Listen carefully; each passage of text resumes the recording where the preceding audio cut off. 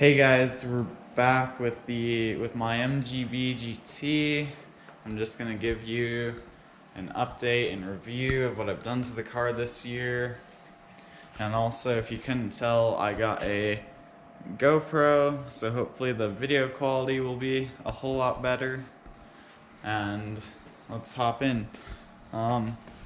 Starting off with, I think the first thing I got, you probably can't see it, but I mounted the rear sway bar back in.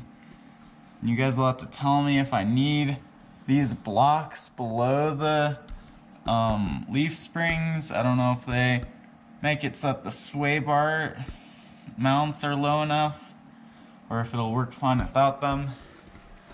Because that was the problem, is the sway bar mount was hitting the other wheels, so I had to put the steel pressed ones back on that are more original.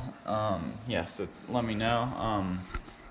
Moving on, I took down the dash so that we can start working all that, and then I got windows in, vent window, regulator, glass, and all the handles. And I didn't post it because this window crank over here didn't have a hole drilled in it, and I realized that wouldn't happen anytime soon, so I just posted it anyway recently instead of a while ago.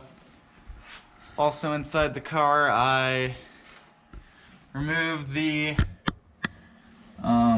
they had like a secondary tack, and then I also removed the kill switch, which was right where the fuel gauge is supposed to go. And then I have to get, I think, another water gauge because they cut off the line, and then they have a aftermarket one, but I don't even think it works. And also on the inside of the car, more recently I put in a fuel pump regulator and fan regulator. I think that might not be the right thing, but that'll hopefully make it so that the fuel pump will only come on when the ignition is on. Also on the interior, I found a 12-volt battery that actually fits in these tiny cubbies, which I'll show you if you want the part number.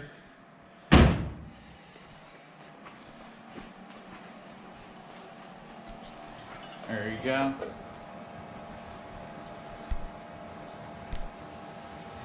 Let me get closer. There we go.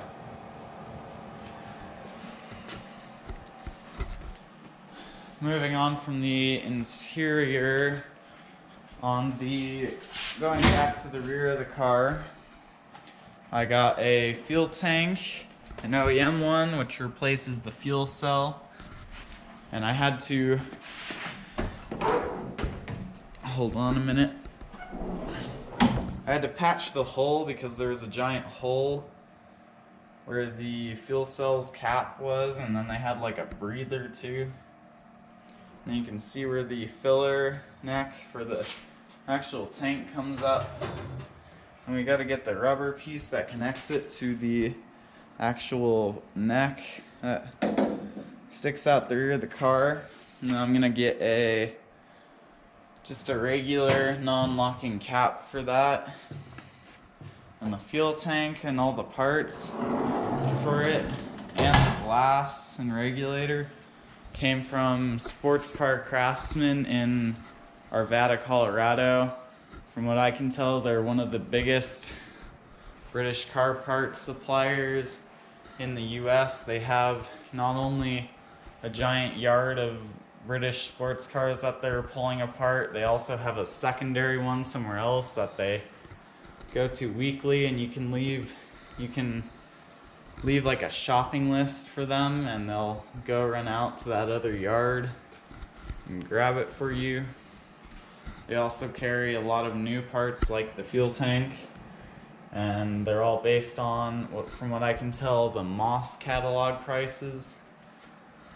And they're really good people. They know what they're talking about, and they've been doing it for a long time. I think maybe over 40 years. I'll leave their link in the description. Moving on to the front of the car. Another thing I did early on was I mounted the front valance back on. It's really beat up though. And then more recently again, I took off the Weber downdraft that came on it. I put on another one we had, a new one in the box. We mounted it the other way around. As you see in all the catalogs that have it, they mount it this way, and it should be smarter. And then the fuel's on this side, so that won't have to be as long. And then we're gonna get an electric choke for this too. Also in the engine bay, I took out, they had an oil breather in the cap coming out to the coolant can for some reason. And the weird thing is that they have a block oil breather going to an oil can, and you'd think that they'd keep them separately so you could tell if there's coolant in your oil, which would be really bad. But you can't really tell because they didn't do that. But I took that off anyway. And I plan to get rid of this and just have like an actual filter breather sitting right there. And then I also took out the third hood pin mount, and I plan to, because the heater's gonna go there, and then I plan to mount it back onto the actual hood things and just use the front two pins.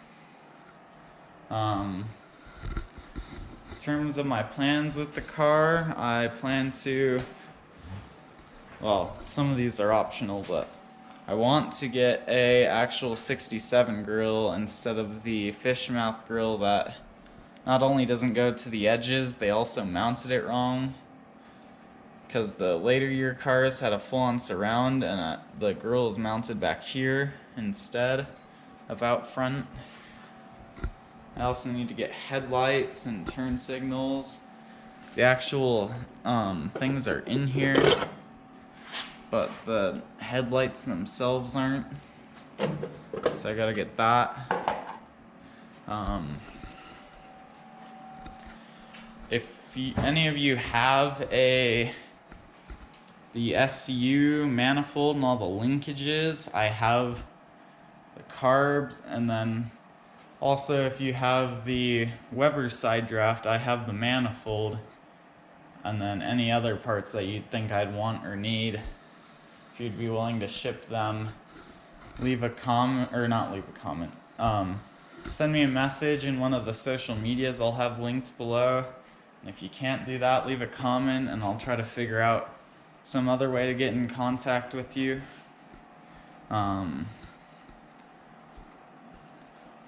Other plans are, I need to get a speedo and fuel gauge, and then, like I said earlier, a water temp gauge. Gotta get the heater box. I have to get another cover because this one, they made the actual hinge way too far out. It should be closer to that bar that runs across so that the spare tire can actually fit better. And then, oh, I have you can see an old rusty exhaust. I have an exhaust end piece that should work on it from what we can tell, and will be pretty easy. And then I also need to get the steel that runs between here, which means that we might have to take the windows out again. And I also have to get the door seals and such. And I think that is about it for at least what I want to do right now. We're gonna redo like all the wiring. Oh, also I need to get license plate mounts. Figure out something front and rear. Reverse signal that mounts to the bumper I need to get. And then You guys will have to tell me what you would do. Should I just take off the bumper mounts that are cut off too? You can see they're supposed to go like that. Or should I get the bumper mounts and get like a stock bumper, or do I get one without the vertical bars? I don't know. And then last but not least, I plan to get some sports car seats for under 150, a pair of them, like black with the headrest that kind of blends in with the body of the seat, and actually has padding. And I want something with at least some side bolstering that'll keep me in. So yeah, that's about it for this video.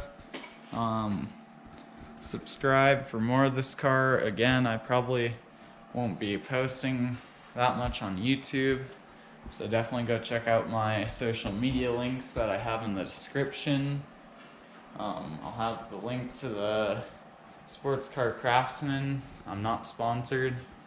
Not that I would be sponsored by anybody, but there you go. They're good people. Check them out, and I will see you guys in the next video, whenever that may be.